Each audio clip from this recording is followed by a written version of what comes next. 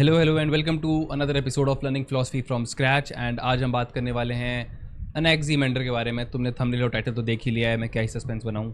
But या अनैक्सिमेंडर के बारे में बात करेंगे। ये हमारे सेकंड प्री सोक्रेटिक फिलोसोफर हैं। एंड इससे पहले मैं थेलीस के ऊपर वीडियो डाल चुका हूँ, जो हमारे सबसे पहले प्री सोक्रेटिक फिलोसोफर थे और इनके टीचर हैं, राइट। तो अगर तुमने वो वीडियो नहीं देखा है तो जाके प्लेलिस्ट में देख लो, ठीक है। बाकी मैं तो मेरे चलता हूँ यहाँ से स्क्रीन पर सीधा, ताकि तुम्हें थोड़ा अच्छे से समझ आ पाए। यो ठीक है भाई। In the last lesson we looked at our first of our ancient philosopher, जिनका नाम था थेलीस। हमने जाना उनकी फिलोसफी थॉट्स के बारे में। इस लेसन में हम अनैक्सिमेंडर के बारे में बात करने वाले हैं इन डेप्थ, ठीक है। अनैक्सिमेंडर की अगर हम बात करें तो भाई नॉर्मली ये एक प्री सोक्रेटिक ग्रीक फिलोसोफर हैं जो मिलेटस में रहते थे। He belong to the Milesian school and learn the teachings of his master Thales, ठीक है। बाकी ये पहले वो इंसान थे, ऐसा कह सकते हो, जिन्होंने एक बुक लिखी थी, मतलब जिन्होंने अपने काम को एक बुक फॉर्म में लिखा था, जिसका बुक का नाम था ऑन नेचर, ठीक है। This book has been lost, अब वो खो चुकी है, हमें नहीं पता वो कहाँ है, ठीक है। वेस्टर्न फिलोसफी में ये सबसे पहले आदमी थे, ठीक है। बट ऐसा माना जाता है कि वहाँ पे जो एक लाइब्रेरी है वहाँ पे ये अवेलेबल थी जब एरिस्टोटल हुआ करते थे, राइट। तो इनके बारे में हम जो भी हम बात करेंगे, मोस्टली वो बुक के कुछ पार्ट्स हमें पता है कि उनमें क्या लिखा था, तो हम उनके अकॉर्डिंग एंड बाकी हम जो एरिस्टोटल ने के थ्रू हमें जो पता चलता है उसके अकॉर्डिंग हम इनकी फिलॉसफी डिस्कस करेंगे। एरिस्टोटल एक तरीके से आप हिस्टोरियन समझ लो, क्योंकि उन्होंने काफ़ी प्री सोक्रेटिक फिलोसफर्स का काम बचा रखा है ठीक है। अचीवमेंट्स पे जाते हैं तो ये थे हमारे भाई अनैक्सिमेंडर, जिन्होंने बनाया था सबसे पहला मैप। एक बार मैं तुम्हें मैप दिखा देता हूँ वेस्टर्न फिलोसफी में। इन्होंने एक सेकंड रुको, ये रहा, ये मैप बनाया था भाई साहब ने। तो ये रहा यूरोप आपका। इन्होंने जो मतलब जो इन आइडिया था उसके हिसाब से इन्होंने मैप बनाया था। ये यूरोप है, ये लिबिया है, ये एशिया है, ये ओशियन है, ये बीच में मेडिटेरियन सी है, ठीक है। इस मैप की वजह से काफ़ी हेल्प हुई थी उस टाइम पे, क्योंकि ज्योग्राफी के एडवांसमेंट में इन्हें द फर्स्ट साइंटिस्ट भी बोला जाता है काफ़ी किताबों में। बिकॉज जैसा कि मैंने बताया कि ये फिलोसोफर्स ज़रूर हैं, बट एक्चुअल में ये साइंटिस्ट हैं एक तरीके से, ये एस्ट्रोलॉजर्स हैं। ये मतलब तुम समझ रहे हो कि ये बायोलॉजी के बारे में बात करते हैं, हर चीज़ के बारे में बात करते हैं, राइट। तो ये सिर्फ फिलोसोफर, ये उस टाइम की फिलॉसफी अलग है जो आज की फिलॉसफी है। आज की फिलॉसफी में मैंने तुम्हें ये डिफरेंस काफ़ी बार बताया है। तो जो अभी की फिलॉसफी है उसमें हम अभी करंट बिग क्वेश्चंस के बारे में बात करते हैं, फंडामेंटल क्वेश्चंस के बारे में बात करते हैं, but at that time everything was philosophy only, right. अगर तुमने नहीं देखा है तो तुम पहले के जाके मेरे वीडियोस देख के आओ, तब तुम्हें थोड़ा एक बेटर अंडरस्टैंडिंग होगी, ठीक है। एक और रीज़न ये है कि इन्हें फर्स्ट साइंटिस्ट बोला जाता है। उसका रीज़न ये है कि इन्होंने माइथोलॉजिकल रीजनिंग हटा के इन्होंने ट्राई किया कि एक्चुअल रीजनिंग दें, लॉजिकल रीजनिंग देने की ट्राई की। एंड इनका काम कॉस्मोलॉजी, मेटाफिजिक्स के लेवल पे बहुत आगे का है उस टाइम के हिसाब से, बिकॉज उस टाइम पे कुछ आइडिया नहीं था किसी को, राइट। और अगर तुम्हें ये नहीं समझ आएगा ना, मतलब अगर तुम ये वीडियो डायरेक्ट देख रहे हो तो मैं तुम्हें बता देता हूँ कि डिस्क्लेमर दे रहा हूँ कि थेलीस वाली वीडियो देख लो, ताकि तुम्हें समझ आ पाए कि हम क्यों डिस्कस करते हैं, हम क्यों इन फिलोसोफर्स की रिस्पेक्ट करते हैं, what is the reason, despite being कि ये इतना गलत थे। मतलब गलत इन द सेंस कि अगर तुम आज के उससे कंपेयर करो तो आज के डेट में सबको पता है कि भैया अर्थ गोल है, अर्थ सोलर सिस्टम में सेंटर हमारा सन है, अर्थ चक्कर काटती है, ये सब चीज़ें सबको पता है। बट एट दैट टाइम कुछ आइडिया नहीं था हमें। तो जो भी ये लॉजिकल रीजनिंग कर पा रहे थे, जो भी ये कंक्लूजन पे पहुंच पा रहे थे, वो काफ़ी रिस्पेक्टेबल है एट दैट टाइम, राइट। बाकी अब आते हैं हम कॉस्मोलॉजी पे। इन्हें हम फादर ऑफ कॉस्मोलॉजी भी बोलते हैं, again for this reason only, क्योंकि इन्होंने माइथोलॉजिकल एक्सप्लेनेशंस को हटा के अपना एक्सप्लेनेशन देने की कोशिश की थी। एक और कमाल की चीज़ ये है कि during this whole philosophical journey तुम देखोगे कि एक थॉट कैसे डेवलप होता है, ठीक है। कि एक बंदा आके बोलेगा कि ये है, फिर दूसरा बंदा आके कहेगा कि नहीं नहीं भाई ये नहीं है, ये है, फिर तीसरा बंदा आके बोलेगा नहीं भाई ये नहीं है, इन दोनों का मिक्सर कुछ ऐसा तीसरी चीज़ है, राइट। तो अनैक्सिमेंडर जो थे वो डिसएग्री करते थे थेलीस से ऑन द पॉइंट कि थेलीस का ये मानना था कि सब कुछ जो है पानी से बना है। The fundamental arche of everything is water, that is what Thales used to believe, right.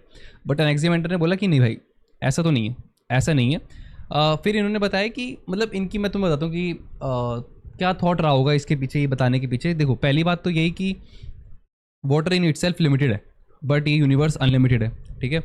तो एक लिमिटेड चीज़ से अनलिमिटेड कैसे बन सकता है, ठीक है। वो एक यूनिवर्सल एलिमेंट ज़रूर है वाटर, और इंपॉर्टेंट भी है, बट इट डजंट मीन कि वो उससे सब कुछ बना है, ठीक है। प्लस एक और जो पैराडॉक्स टाइप आता है कि वाटर से फायर कैसे बन सकती है, बिकॉज अगर तुम इन दोनों को जोड़ दोगे तो फायर में तुम वाटर डालोगे तो फिर फायर गायब हो जाएगी।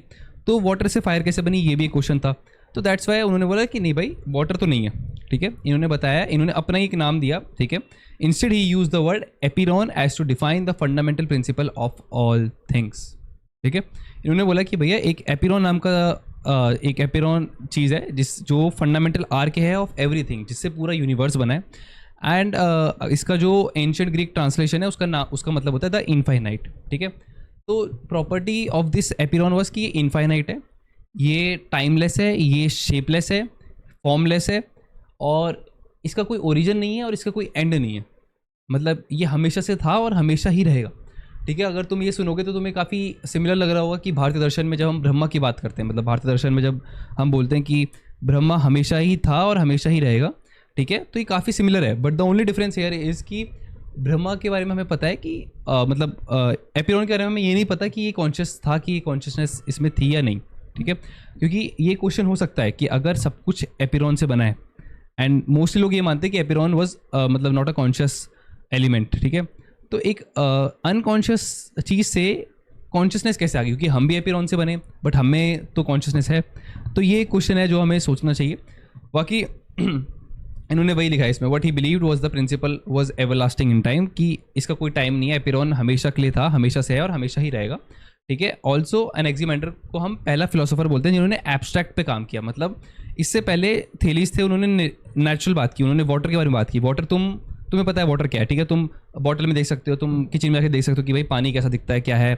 पहली बार किसी फिलोसोफर ने एब्स्ट्रैक्ट कुछ बात की जिसके बारे में हमें नहीं पता है, जो हम नहीं देख सकते हैं, जिसके बारे में हम बस सोच रहे हैं, ठीक है। तो वही है एपिरॉन, ठीक है। बाकी इन्होंने मेटाफिजिक्स पे इतना काम किया, मतलब एट दैट टाइम जब मेटाफिजिक्स नाम का कोई टर्म भी नहीं था, राइट, क्योंकि उस टाइम पे कोई ऐसा कोई टर्म नहीं होता था कि कॉस्मोलॉजी है या मेटाफिजिक्स, ऐसी कोई ब्रांचेस नहीं होती थी। बस ही वॉज क्यूरियस और उन्होंने सोचना शुरू किया, एंड दैट्स हाउ उन्होंने इतना सब कुछ मतलब एक्सप्लेन करने की कोशिश की, ठीक है। अब हम आगे बढ़ते हैं।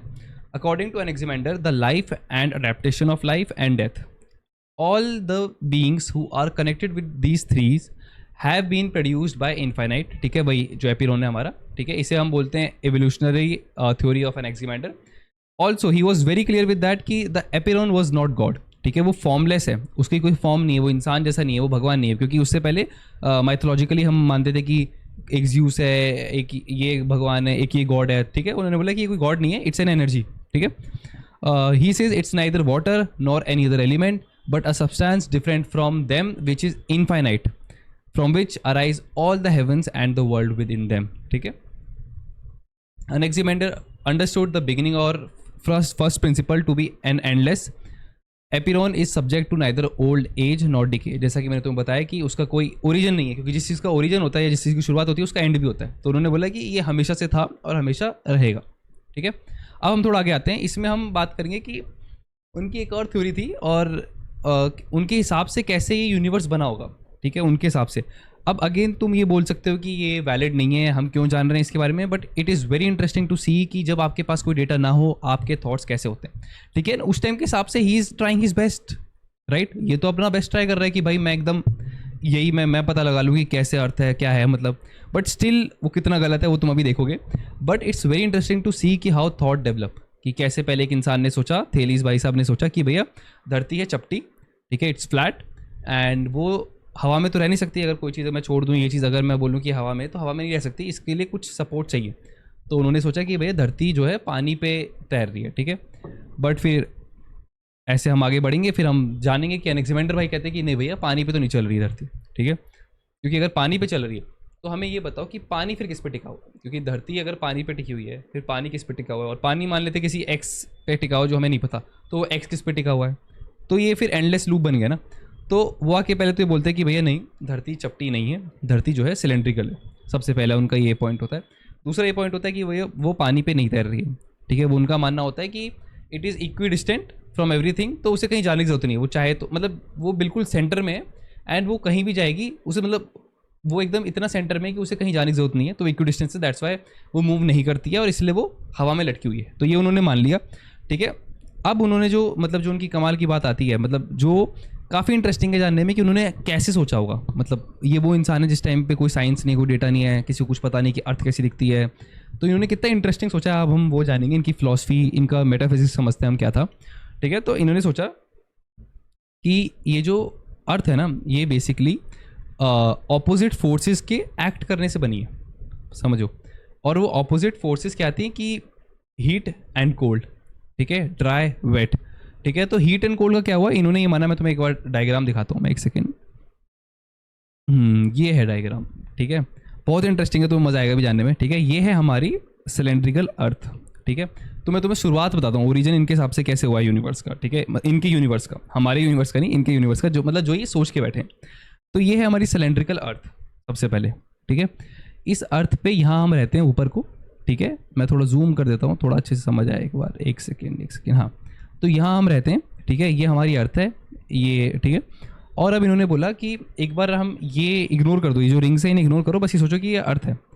तो उनका मानना था कि जब ऑपोजिट फोर्सेस एक दूसरे पे अटैक करती हैं, ठीक है, उससे उसके थ्रू यूनिवर्स एग्जिस्टेंस में आता है। तो उन्होंने सोचा था कि भैया एपिरॉन है, ठीक है, एपिरॉन में हीट है और देन कोल्ड है, जब वो टकराते हैं तो कोल्ड अलग हो जाता है एंड हीट अलग हो जाता है। तो हीट मतलब ये समझ लो कि ये कोल्ड है एंड इसके अराउंड एक हीट की रिंग बन जाती है, बहुत बड़ी एक फायर की रिंग बन जाती है, ठीक है।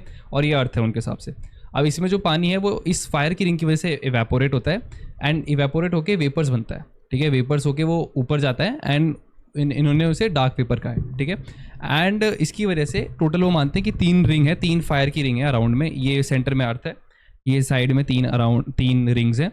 एंड इनका मानना था कि जो डार्क वेपर बनी है, जो डार्क क्लाउड है एक तरीके से कह लो, कि ये पूरे इन रिंग्स को कवर कर लेता है, ठीक है, इसलिए हमें वो रिंग्स नहीं दिखाई देती। तो व्हाट ही मेंट इज कि जब ये पूरा जो डार्क मिस्ट है जब ये पूरा कवर कर लेता है तो हमें सन दिखाई देता है। सन कैसे दिखाई देता है, देखो, जब पूरा कवर कर लिया, ठीक है, बट उसमें से एक पंचर है, मतलब एक होल है, उस होल में से वो फायर दिखाई दे रही है हमें, तो वो होल, उस होल में से हमें सन दिखाई देता है, समझ रहे हो। इसी तरीके से उन्होंने ये देखो, ये इन्होंने बताया कि ऐसे हमारा ये सन वाली रिंग है एंड इसमें से ये जो होल है इसमें से हमें सन दिखाई दे रहा है। देन सेकंड रिंग है जिसमें से हमें मून दिखाई दे रहा है उस होल की वजह से। एंड ये जो थर्ड रिंग है इसमें बहुत सारे होल्स हैं जिनकी वजह से हमें स्टार्स दिखाई देते हैं, इसलिए वो ट्विंकल करते हैं, क्योंकि वो कई बार वो होल बंद हो रहा होता है फिर खुला होता है, मतलब मिस्ट आता है फिर मिस्ट चला जाता है, फिर मिस्ट आता है फिर मिस्ट चला जाता है, इसलिए इनके हिसाब से स्टार्स इसलिए ट्विंकल करते हैं, राइट। एंड ऑल्सो इसी तरीके से उन्होंने जो ग्रहण लगते हैं, राइट, जो एक्लिप्स होते हैं वो भी एक्सप्लेन किया था कि वही जो डार्क वेपर्स हैं वो सामने आ जाती हैं उन होल्स के, तो हमें ग्रहण या फिर सोलर एक्लिप्स या लूनर एक्लिप्स देखने को मिलता है। सो ये देखो उनकी अंडरस्टैंडिंग थी। अगेन मैं तुम्हें बोलूँगा कि अगर तुम में से कोई अभी देख रहा है तो वो बोलेगा कि यार क्या, किसके बारे में पढ़ रहे हैं और हम क्यों जान रहे हैं। But the fact of the matter is कि हम इस थॉट के बारे में इसलिए जान रहे हैं ताकि हम थॉट को डेवलप होता हुआ देखें। हमने सबसे पहले देखा कि भैया अर्थ चपटी है और वो पानी पे घूम रही है, फिर उन्हीं का एक शिष्य आता है वो बोलता है कि नहीं भैया अर्थ चपटी नहीं है, अर्थ सिलेंड्रिकल है। और फिर उन्होंने अपना वो देखी, वो पानी पे नहीं है, वो इक्विडिस्टेंट है, तो वो एकदम से हवा में उड़ रही है, उसके अराउंड 3 रिंग्स हैं, उसमें से हमें छेद में से दिख रहा है कि एक में से सन आ रहा है, फिर रात को मून दिखाई देता है और स्टार्स दिखाई देते हैं। किस तरीके से उन्होंने एक्सप्लेन किया, ये उनका थॉट है, बिकॉज इससे पहले कोई भी उनके पास प्रूफ, उनके पास कोई स्टडी, उनके पास कोई मटेरियल नहीं था ये जानने के लिए। तो this is the first thought about the universe, ठीक है, फ्रॉम वेस्टर्न फिलॉसफी। तो ये उनका आइडिया था मोटा मोटा, ठीक है। अब हम जानेंगे कि अब इनके बाद और लोग आएंगे, फिर वो क्या कैसे इस थॉट को आगे ले जाएंगे, क्योंकि अब धीरे धीरे क्या होगा कि it's gonna be more interesting, ठीक है। हमारे पास जब कुछ नहीं था तो हमने ये मान लिया कि चपटी है, फिर हम पे थोड़ा डेटा आएगा, फिर और डेटा आएगा, फिर और डेटा आएगा, फिर उसके ऊपर हम स्टैक करते जाएंगे और फिर वो और एक इंटरेस्टिंग हम फाइनल तक पहुँचेंगे। तो you will see the development of a thought, ठीक है। बाकी आई थिंक यही है इस वाले पार्ट में, तो मैंने तुम्हें कवर कर ही दिया है, मैं एक बार रिवाइज करा देता हूँ तुम्हें। तो कि अर्थ सिलेंड्रिकल है, ठीक है, अर्थ के आसपास रिंग्स हैं फायर की, उन रिंग्स में जो है छेद में से जो डार्क वेपर का जो छेद है उसमें से हमें जो लाइट दिखती है उसी को हम उन्हीं होल्स को हम सन, मून और स्टार्स की तरह देखते हैं। और क्या है, अर्थ जो है इक्विडिस्टेंट है तो उसे वो वाटर पे रेस्ट नहीं करती है, जैसा कि थेल्स मानता था वैसे नहीं होता है एनेक्सिमेंडर के हिसाब से, ठीक है। ऑल्सो उन्होंने अपना एक मॉडल दिया और he was almost very religious और पोएटिक इन दिस नेचर, कि उन्होंने उनका मानना था कि जब ये अपोजिट फोर्सेस अटैक करते एक दूसरे के ऊपर तो विद टाइम उन्हें वापस एपिरोन में जाना होता है और वापस एपिरोन से निकलना होता है। जैसे अगर दिन और रात है तो अभी दिन है, ठीक है, अब दिन जो है रात की जगह ले रखा है, तो अब जब टाइम निकलेगा तो दिन को वापस एपिरोन में जाना होगा, फिर रात आएगी, ठीक है। इसी तरीके से गर्मी है, गर्मी हटती है, फिर सर्दी आती है, फिर सर्दी रहती है तो फिर गर्मी को वापस आना पड़ता है। इस तरीके से वो टाइम के थ्रू वो सब चेंज होता रहता है, सब कुछ एपिरोन से ही आता है और एपिरोन में चला जाता है, ठीक है। ये उनका एक कोट है जो हमें मिलता है, they pay penalty and render reparation to each other for their injustice under the arbitration of time, ठीक है। तो काफ़ी पोएटिक तरीके से उन्होंने लिखा है, मतलब वो जो मतलब है उनका वो बहुत सिंपल है कि ऐसे सीज़न चेंज होते हैं, बट उन्हें वो इस तरीके से कह रहे हैं कि भैया जब गर्मी आती है तो इनजस्टिस हो रहा होता है सर्दी के साथ, तो फिर सर्दियाँ आती हैं तो फिर इनजस्टिस होता है गर्मी के साथ, फिर गर्मियाँ आती हैं, तो दैट्स हाउ। बट इसे हम मेटाफिजिकल सेंस में हम पढ़ते हैं, इसे तुम कहीं भी थियोलॉजी से कंपेयर मत करने लग जाना, ठीक है। बाकी वही है कि opposite, first opposites were hot and cold. मैंने तुम्हें जैसा बताया कि हॉट एंड कोल्ड से ही फिर वो बताते हैं कि कैसे ओरिजिन होता है यूनिवर्स का, ठीक है। The shape of earth is cylindrical, ये हम बात कर चुके हैं, ये भी हम बात कर चुके हैं। Also he also claim that there are multiple universes. हम सोच रहे हैं कि ये एक यूनिवर्स है, बट इनके हिसाब से बहुत सारे यूनिवर्सेस हैं जो ऐसे एपिरोन से निकलते हैं और वापस एपिरोन में चले जाते हैं। There are multiple universes. And fun fact is that कि इन्होंने इस टाइम पे ये बात बोल तो दी, बट अगर ये यही बात मेडाइवल पीरियड में बोलते तो शायद ये मारे जाते। मतलब मैं तुम्हें बताता हूँ कि एक फिलोसोफर थे, मेरे को उनका नाम याद नहीं आ रहा, मैं नाम डाल दूंगा कहीं इधर। तो उन्होंने ऐसा बोला था कि ये जो अर्थ है, अर्थ सेंटर नहीं है, बट जो उस टाइम पे जो चर्चेस थे उनका मानना था कि अर्थ ही सेंटर है। एंड उनका मानना था कि ये मतलब जिस जगह पे हम रहते हैं एक ही दुनिया है, एंड ये जीसस ने बनाई है, एंड ये सबसे अच्छी दुनिया है, एंड यही सेंटर है। And because of the reason कि उनके जो थॉट्स थे वो चर्च से मैच नहीं होते थे, उनके रिलीजियस सेंटीमेंट हर्ट हुए और उन्होंने उन्हें जिंदा जला दिया, जो फिलोसोफर थे, राइट। तो अच्छी बात है कि ये सर्वाइव कर गए मतलब मिडाइवल पीरियड में। इसलिए हम मिडाइवल पीरियड को एक डार्क एज ऑफ फिलॉसफी बोलते हैं, क्योंकि वहाँ पे रिलीजन, चर्चेज, ये सब बहुत बढ़ जाते हैं, and due to that freedom of thought और डेवलपमेंट ऑफ फिलोसॉफिकल थॉट उतना नहीं हो पाता है, right. I think that's very much it about Anaximander. हमने आज जाना कि एनेक्सिमेंडर हमारे थेलीज जो थे पहले प्री सोक्रेटिस उन्हीं के स्टूडेंट हैं, एंड उन्हें हम फादर ऑफ कॉस्मोलॉजी बोलते हैं, क्योंकि पहली बार उन्होंने माइथोलॉजिकल चीज़ों से हट के एक कॉस्मोलॉजिकल, एक मेटाफिजिकल एक्सप्लेनेशन देने का ट्राई किया इस यूनिवर्स का।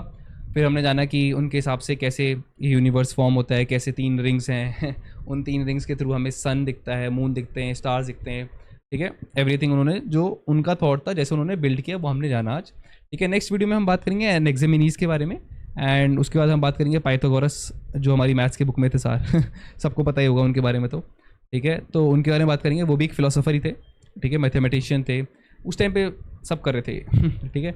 तो उनके बारे में हम बात करेंगे, काफ़ी इंटरेस्टिंग होगा। And also going forward after every video it's gonna be more interesting. The reason is कि अभी थोड़ा बोरिंग सा लग रहा होगा तुम्हें, बट विद एवरी फिलोसोफर ना हमारे पास और डेटा होगा आगे थॉट्स को बिल्ड करने के लिए, ठीक है। स्पेसिफिकली जब सोक्रेटिस आएंगे, प्लेटो आएंगे एंड एरिस्टोटल आएंगे, it's gonna be dam interesting. And after that थोड़ा मेडाइवल पीरियड हल्का पड़ता है मुझे लगता है, बट आफ्टर दैट फिर पूरा मॉडर्न फिलोसफी फन है, ठीक है। हीगल, कांट, इन सब के बारे में जब पढ़ेंगे तो बहुत मज़ा आएगा, ठीक है। So stay tuned. अगर तुम्हें कंटेंट अच्छा लगता है फिलोसफी से रिलेटेड तो सब्सक्राइब कर लो। This series is gonna be huge. अभी हम वेस्टर्न फिलोसफी कवर कर रहे हैं, फिर अब हम वापस इंडियन फिलोसफी पे भी आएंगे, इंडियन फिलोसफी भी कवर करेंगे पूरा स्क्रैच से। तो मेरा यही पॉइंट था इस सीरीज़ को बनाने का कि एक सीक्वेंस में हमें पूरा स्क्रैच से लेके हम पूरा फिलोसफी के बारे में जाने। तो that's why the series name is learning philosophy from scratch. Subscribe कर लो अगर तुम आगे वीडियो मिस नहीं करना चाहते हो। मैंने प्लेलिस्ट बना दी है, अगर तुमने पुराने पार्ट्स नहीं देखे तो तुम आ जाके देख सकते हो। Also, do let me know if you have any feedback about this video, about the content which I'm sharing. Also, do let me know about the topics which you want कि इस पे वीडियो बना दो भाई, तो बना दूंगा। मैंने अभी एक रिसेंटली रिएक्शन वीडियो बनाया था एंड वो काफ़ी मतलब अच्छा रिस्पॉन्स आया उस पर, एंड मेरे को काफ़ी लोगों ने कहा कि प्लीज़ और मॉडर्न फिलोसफर्स पे आप रिएक्ट करो, तो आई डू दैट। थोड़ा सब्सक्राइबर बढ़ने दो। I am thinking of doing live as well, ठीक है। तो मज़ा आएगा, काफ़ी अच्छा बैठ के मस्त डिस्कस करेंगे, बढ़िया। बाकी आज की वीडियो में इतना ही। I'll see you soon.